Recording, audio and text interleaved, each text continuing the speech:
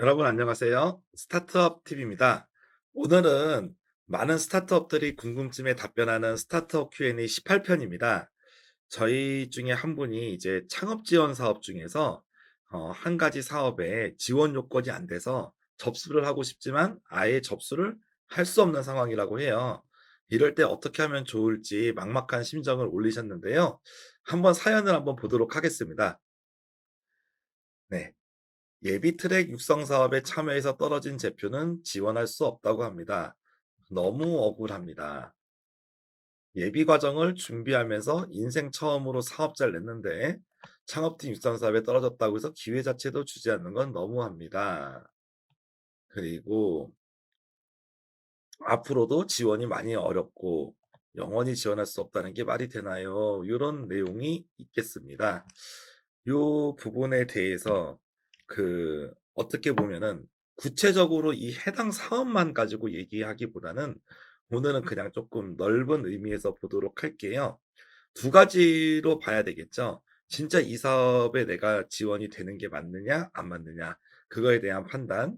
그다음에 진짜로 내가 안 돼서 앞으로 어떻게 해야 되느냐. 그래서 향후에 대한 의사결정입니다. 먼저 이 사연을 올려주신 우리 구독자분들께 되게 심심한 위로의 말씀을 좀 전해 봅니다.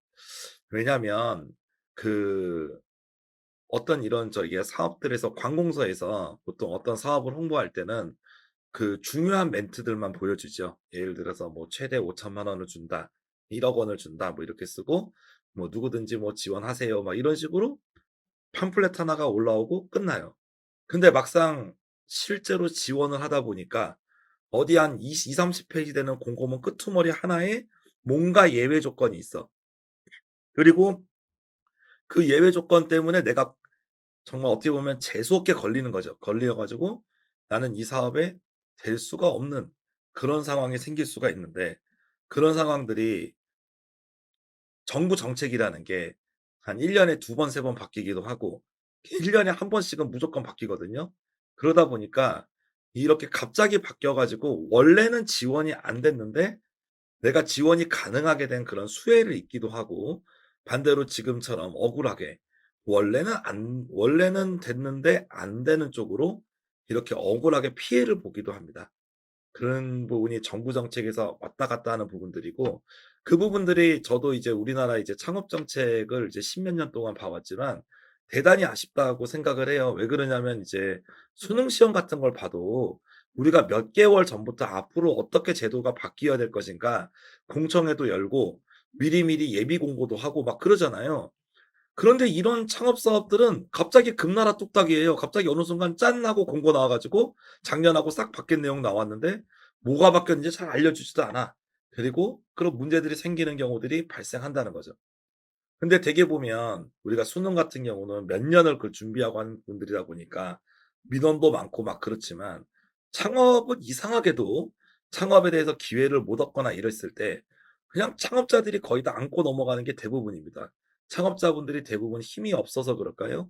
그렇죠. 그리고 오래도 못 가고 망하는 분들도 많고 그렇잖아요. 그러다 보니까 대개의 경우 정부가 그냥 확확 바꾸고 창업자들은 그에 끌려다니는 그런 구도가 개인적으로 이 산업에 있다 보니 너무 안타까운 경우가 많아요. 그래서 어떻게 보면은 그 부분을 좀 정책을 짜시는 분들이 쪼끔 더 잘 고민을 해 주고 미리 하면 좋을 텐데 그러지 못한 몇 가지 메커니즘의 이유들도 있을 겁니다. 오늘은 그런 내용들보다 실제로 여러분들이 이런 상황에서 좋은 쪽으로 되면 다행이죠. 그냥 지원하면 되니까. 근데 안 좋은 쪽으로 됐을 때 우리는 어떻게 대처해야 될까? 두 가지 방향성에 대해서 한번 여러분에게 같이 한번 고민해 보도록 하겠습니다. 첫 번째 방향성은 이의 신청입니다. 그래서 관공서에 직접 이의 신청하는 방법이 있고요. 그리고 관할 주무부서가 있습니다. 예를 들어서 사회적 기업가 육성 사업에 지금 관련되신 분이니까 거기에 대한 그런 상위 부처는 관광부죠 보면. 아 죄송해요. 고용노동부 뭐 이런 데들이 있죠. 아니면 반대로 이제 농업 쪽이다 그러면 이제 농림부 막 이런 데들이 있어요. 그런 최상위 주무부처에 이의 신청하는 방법이 있고 그다음에 국민신문고를 통해서 아예 그냥 접수해 버리는 그런 이제 방법들도 있고 중소기업 같은 경우는 이제 중소기업 옴부즈만 뭐 이런 거 같은 관련된 내용도 있습니다. 아무튼 억울한 기업들은 많이 발생하기 마련이고 이럴 경우에 이의 신청을 하는 방법이 기본적으로 구제의 그 방법 중이죠. 그런데 이런 제도와 정책들은 공공으로 나온 정책이 만약에 이의 신청을 했을 때 뒤집혀질 가능성은 거의 없다라고 봐야 돼요. 왜냐하면은 이 공고문이 뭐 이렇게 뭐 몇 달 전부터 이렇게 공청회 같은 걸 열어서 나온 것도 아니고 갑자기 금나라 뚝딱 나왔는데 접수 기간이 짧잖아요. 막 2 주, 3주 안에 접수가 되잖아요. 그러면은 만약에 이걸 해서 이의 신청을 통해서 풀어주면 반대로 그것 때문에 떨어졌다고 다른 사람들이 또 이의가 나오고 그런 문제들이 있잖아요. 그래서 이의 신청을 설령 접수를 해 줘도 지금 시점에 넣었던 A라는 사업에 여러분이 넣으시면 요 A에는 반영 안 될 가능성이 매우 높은 거죠. 그러면 한 24 년도 내년도에나 잘 되면 반영이고 그리고 반영이 안 될 수도 있습니다. 그런 상황으로 우리가 볼 수도 있겠죠. 그래서 이제 이런 문제들 때문에 이의 신청을 한다고 하는 거는 해서 만약에 제도가 잘 바뀌고 좀 억울한 피해자가 없도록 하는 것도 대단히 좋은 방법입니다만 그 방법은 나중에 다음에 창업할 다음 창업자분들을 위해서 좋은 거고 현재 시점에 지원하는 본인들 입장에서는 큰 도움이 될 가능성은 그렇게 높지 않다. 그리고 오히려 이런 부분 때문에 감정을 소비하고 스트레스를 받고 그런 경우들이 생기는 거죠.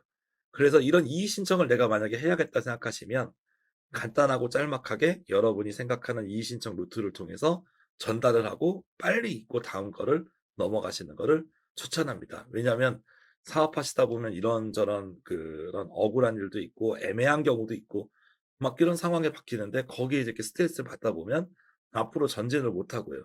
전진을 못하면 그 손해는 오로지 대표자가 떠안기 때문입니다. 그러니까 어떻게 보면은 대표자로 산다는 거는 그런 많은 그런 험난한 어떤 장애물이나 이런 걸 만났을 때 약간 좀 이런 과정들을 통해서 좀 더 굳건해지고 의연해지고 그래야 되는 하나의 실현의 과정일 수도 있다라고 얘기를 조금 들어볼 수 있어요. 그냥 좀 크게 그렇게 얘기를 하는 거죠 보면은. 진짜 속으로 하면 막 눈물 나고 막 욕하고 막 그러고 싶죠 보면은. 네 막 그러고 싶죠. '아 내가 어떻게 준비했는데.' 막 그러고 싶죠. 근데 어쨌거나 내가 원하는 꿈과 그런 목표를 이루기 위해서 감정을 좀 절제하고 차분하게 이 다음을 내가 어떻게 해야 될지 생각을 하는 그런 현명한 창업가가 되셨으면 좋겠습니다. 그래서 현명한 방법은 뭐냐? 이 부분은 확률적으로는 이의 신청 자체가 높지 않다면 결론은 다른 지원 사업을 신청해서 파회하는 거죠. 어쨌거나 스타트업이 자금이나 이런 여력들이 없다 보니까 정부 지원을 좀 받고 올라가야 될 것 같단 말이죠. 근데 이제 앞선 이제 이 질문 내용을 자세히 보면 그냥 아마 제가 예비 트랙 육성 사업에서 이제 사회적 기업화 되는 거에 대한 공문 분석을 깊게 하진 않았어요. 왜 그러냐면 충분히 알아보시고 문의해 가지고 판단을 받았겠죠라고 이렇게 좀 그냥 가성을 했습니다. 근데 여기서 제가 중요하게 본 건 이거예요. 원래는 예비 창업자였는데 이 사업을 뭔가 선정되기 위해서 사업자를 냈다는 거예요. 그래서 '내가 여기서 떨어져 버렸다.' 요 부분에 제가 어떻게 보면은 조금 한 가지 좀 포인트를 볼 수가 있습니다. 그러니까 어차피 내가 사업을 실제로 하려고 사업자 낸 게 아니잖아요. 어떻게 보면 자금을 받기 위해서 사업자를 냈다고 하면 실제로 아마 제 생각에는 매출이나 이런 부분이 거의 나지 않을 것이다. 그러면 과감하게 그냥 폐업해 버리고 예비 창업자 자격으로 신청하는 우리가 경우의 수를 던져볼 수가 있죠. 이런 경우에 한 가지 예를 든다면 예를 들어서 우리가 이제 2 월이나 3월 초에 나올 예비 창업 패키지 사업이 있습니다. 예비 창업 패키지. 그죠? 요 예비 창업 패키지는 전년도에 소셜 벤처 전형이라 그래서 사회적 기업가 전형이 있었고요. 그리고 그런 부분들이 있었고요. 그리고 어쨌거나 내가 사업자를 하지도 않는데 사업자를 유지하게 되면 나중에 뭐 세금 신고도 해야 되고 여러 가지 일도 생기고요. 건강보험도 내야 되고 뭐 그런 문제들이 있으니까 어차피 지금 안 할 거면 깨끗하게 폐업을 하고 예비 창업으로 재도전 한번 다시 가 보자. 그런 생각을 한번 해볼 수가 있어요. 근데 기왕 온 걸 그냥 '내가 끝까지 가겠다.'라고 가는 전략을 할 수도 있죠.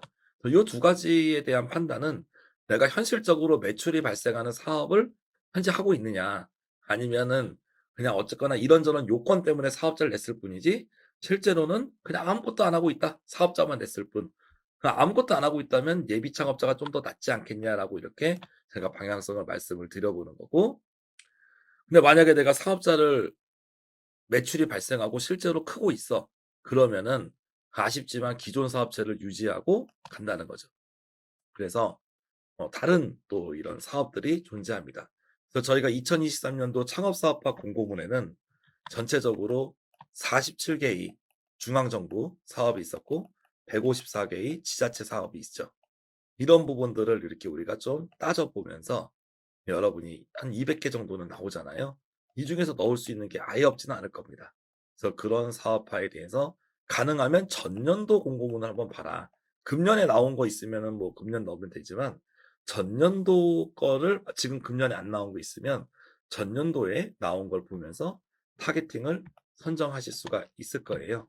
그러면서 이제 분야와 업종 선택 등에 이제 좀 유의를 해야 되는 부분이 있는데요.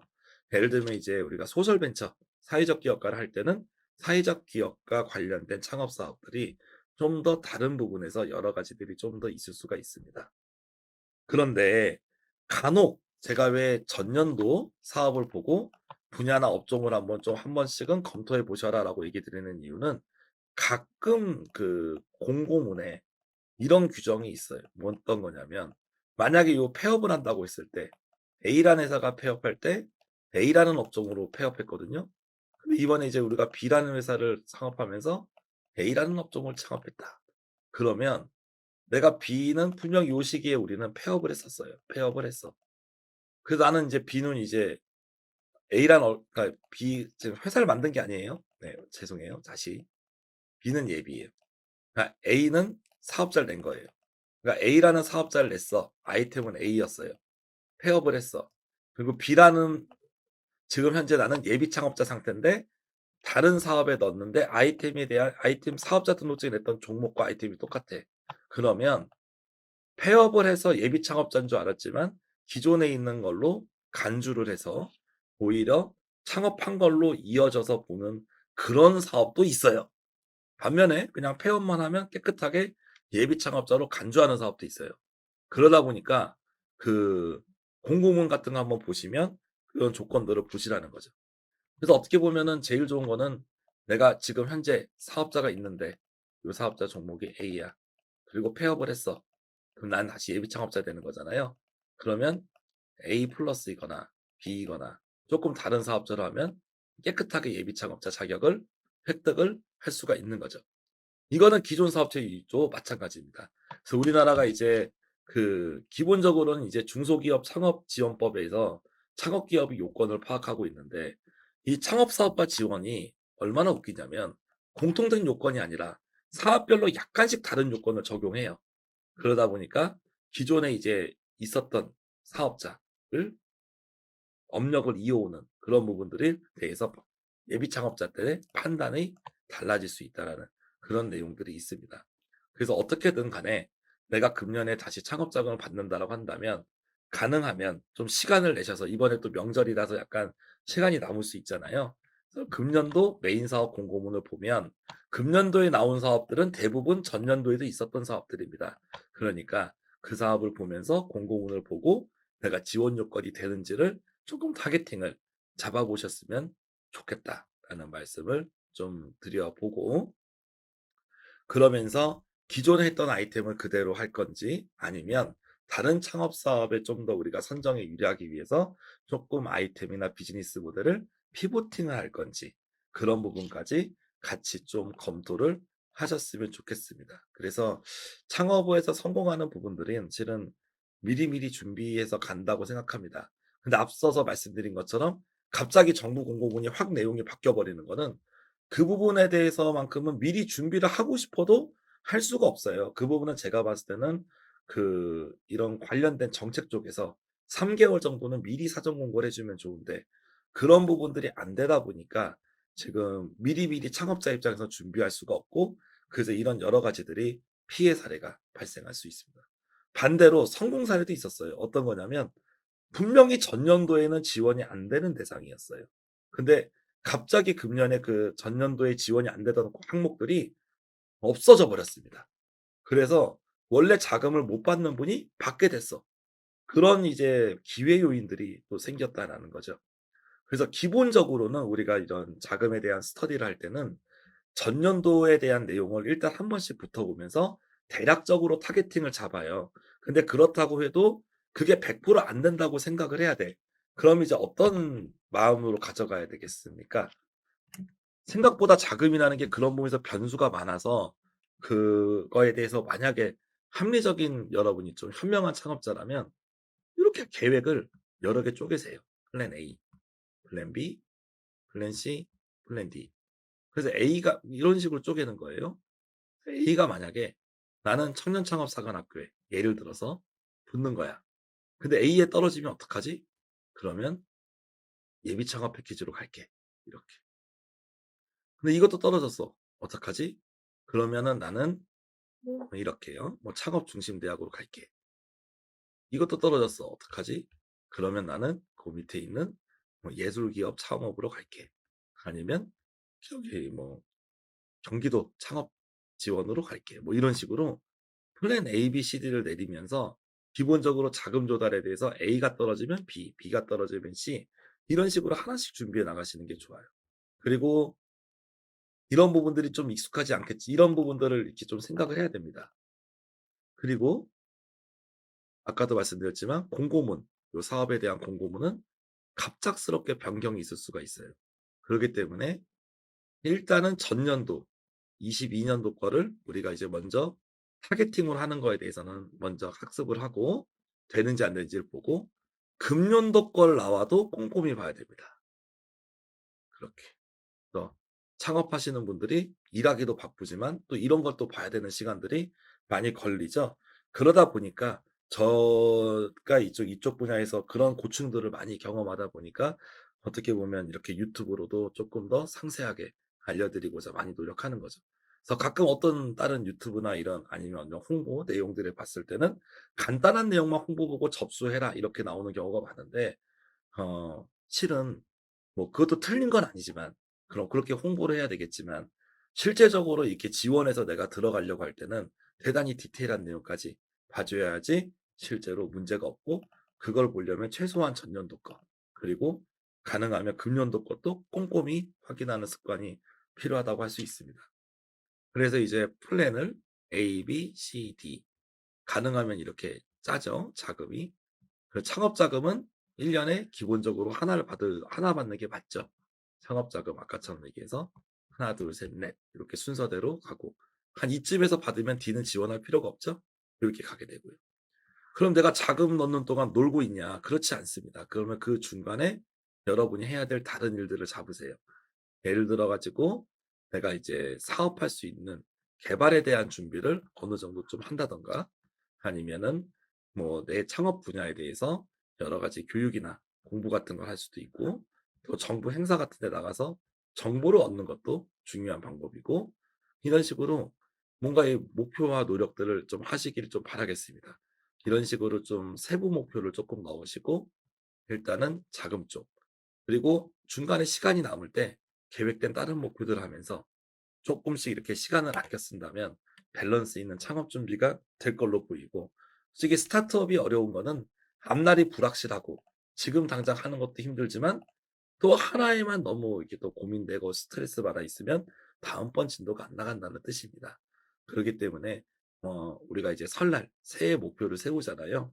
그래서 자금 쪽으로도 목표를 세우고 개발로도 목표를 세우지만 여러 가지 준비할 사항들에 대해서 세부 목표들을 조금 세워보고 점검을 좀 하셨으면 좋겠다라는 의견을 드려볼 수 있어요. 어떻게 보면 되게 죄송한 답변이긴 하죠, 제 영상이.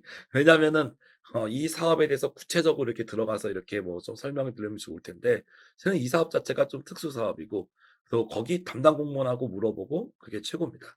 근데 이제 만에 하나 그 혹시 내가 오해해 가지고 원래 되는데 안 될 수도 있잖아요. 근데 이제 관공서 사람들도 가끔 실수할 때 있습니다. 정말 놀라운 경험인데요. 그 관공서 쪽에서도 이게 워낙 공문이나 이런 제도가 까다롭다 보니까 이해를 못할 수가 있어요. 그러면 물어보세요. "야 그럼 너네 지침 갖고 와. 지침 몇 조 몇 항에 그 문제가 있는지 내용을 설명해 봐." 뭐 약간 이런 식으로 우리가 좀 더 구체적으로 질의를 한다면 조금 더 좋은 상황이 발생할 수 있습니다. 아무튼 사업을 하실 때 여러분이 앞으로 나가셔야 되는데 어 기본적으로 너무 안 되실 것 같으면 빨리 털고 우회하는 것도 방법이다.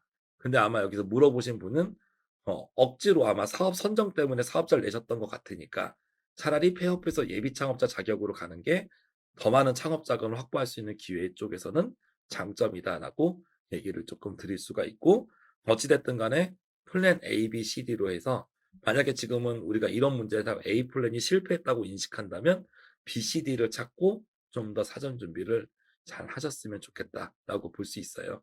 저희가 뭐 사업 계획서나 이런 다른 빌드업에 대한 이런 시간은 아니지만 기본적으로 빌드업을 해서 요즘에 이렇게 창업 자금들이 좋다 보니까, 그리고 또 경쟁도 세잖아요. 그러다 보니까 남들보다 뭔가 좀 더 준비를 해야 되거든요. 기획을 조금 더 구체적으로 한다든지, 내가 하고자 하는 내용들을 상세하게 쓴다든지, 아니면 어떤 협력 업체들을 좀 더 찾아본다든지, 뭐 여러 가지 많은 노력들을 할 수 있는데 시간을 잘 아끼셔 가지고 다음번 잘 선정될 수 있도록 준비를 잘 하셔서 금년에 좀 더 원하는 목표를 이루어 가셨으면 좋겠습니다. 아무튼 큰 도움이 안 되실 수도 있다는 생각이 듭니다만 그만큼 이렇게 막혔을 때 이 방향성적인 부분들에 대한 말씀을 드린 거고, 좋은 방향을 찾아 가지고 앞으로 나가셨으면 좋겠습니다. 하여튼 네, 글 남겨주신 구독자님 너무 마음이 아프실 텐데 그러히 말씀드리고요. 이런저런 해도 더 이런 위기를 잘 기회 삼아서 털고 일어나서 더 성장하는 스타트업이 되시기를 바라겠습니다. 스타트업에게 도움이 되는 다양한 정보를 제공해 드리고 있습니다. 좋아요와 구독, 알림 설정해 주시면 큰 도움이 됩니다. 더욱 자세한 정보는 네이버 카페 창업자금 연구소를 확인해 주세요.